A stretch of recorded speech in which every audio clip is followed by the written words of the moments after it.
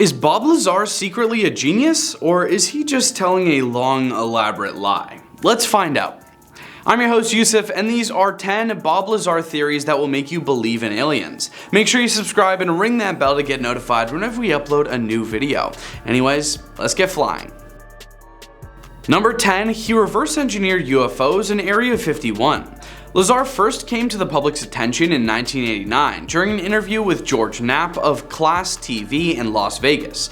At first, Lazar used the alias Dennis and only communicated in silhouette. He later came forward without a mask and with his true identity. Lazar's assertions that the US government was in possession of 9 alien spacecraft, at least one of which was shaped like a real flying saucer, were fantastic. According to Lazar, he was a member of a group recruited by the government to reverse engineer in order to provide American scientists with the propulsion information they required to open a route to the stars. Number 9, Pentagon videos. These recordings of unidentified flying objects, or UFOs, that Navy aircraft tracking systems had recorded were made public by the Pentagon on April 27, 2020. 2 were taken in January 2015 and 1 in November 2004. The New York Times and Tom DeLonge's To the Stars Academy of Arts and Science distributed the videos once they were leaked to the public. The movies depict moving items with the names gimbal, go fast, and fleur that appear to be defying the rules of aerodynamics while traveling at great speeds. Number 8, NASA starts researching UFOs. Officially, NASA is researching UFOs. That would have read like satire a few years ago. Unidentified aerial phenomena, or UAP, to use the preferred destigmatizing name, officially kicked off NASA's independent study on UFOs, probably without a viewing of The X-Files. There are 16 professionals on the team, including Scott Kelly, a former astronaut, an oceanographer, a data scientist, and an astronomer.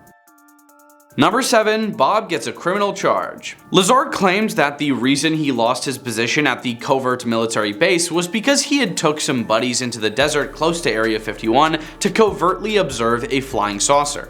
A constable from Lincoln County observed the party leaving the location and informed the authorities about Lazar. The most enticing aspects of conspiracy theories and alien abduction tales were merged in Lazar's tale. The story has a significant impact on popular culture, including American Dad, Paul, and Independence Day.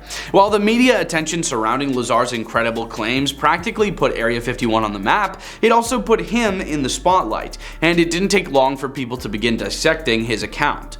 Caltech and MIT, 2 institutions where Lazar claimed to have attended college, claimed to have never heard of him.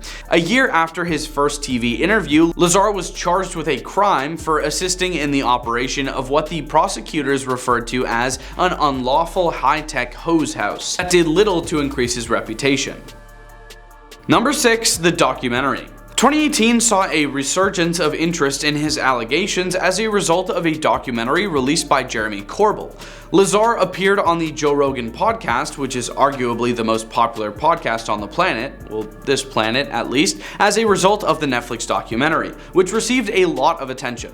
Meanwhile, Corbell has recently been in numerous interviews on network news and talk shows. At least one recent UAP leak that shows what looked to be triangle things traveling through the sky comes from him. In the interviews, Corbell hasn't asserted that the UAP videos demonstrate alien intelligence at work. He did, however, state in his film that he thought there was more proof Bob Lazar was telling the truth than there was that he was telling lies. Number 5, Element 115. The International Union of Pure and Applied Chemistry, or IUPAC, announced the addition of these 4 elements to the periodic table with atomic numbers of 113, 115, 117, and 118. But one of them, Element 115, was already announced in 1989 when Bob Lazar, a well-known Area 51 whistleblower, made it known to the public that the UFOs in the government's possession were powered by a mysterious Element 115. The scientific world at the time had no understanding of Element 115, thus it was only natural that the assertions made by Lazar were dismissed as ludicrous. When a team of Russian scientists succeeded in creating the elusive element in 2003, his claims received greater credibility. 12 years later, the discovery of Element 115 was eventually validated after several tests that confirmed its existence. Though stories claim that the element decays in less than a second and cannot be used for anything, the scientific description of element 115 is significantly different from what Lazar had detailed over the years. Number 4. Rated for element 115. Vice's Tech Channel Motherboard produced a thorough piece about Lazar in 2019. The article describes how the FBI and Michigan State Police had searched Lazar's scientific supply business in 2017 for thallium sulfate, a substance that can be poisonous and was allegedly involved in a strange passing. True believers, however, believe that they searched for element 115 when they invaded him. Lazar was openly questioned by reporter Tim McMillan if he had a fragment of element 115. Would I reveal it to verify my accounts if I had any? No, absolutely not, Lazar answered. Number 3. Task Force creation. The Mysterious Aerial Phenomena Task Force, which was established to look into mysterious flying objects and was reportedly disbanded, was discovered to be operating under the direction of the Office of Naval Intelligence in 2020, according to the New York Times. The publication also stated that Luis Elizondo, the task force's director until his resignation in 2017, thought the Pentagon had retrieved objects of unknown origin for examination. Does that imply Lazar was correct from the start?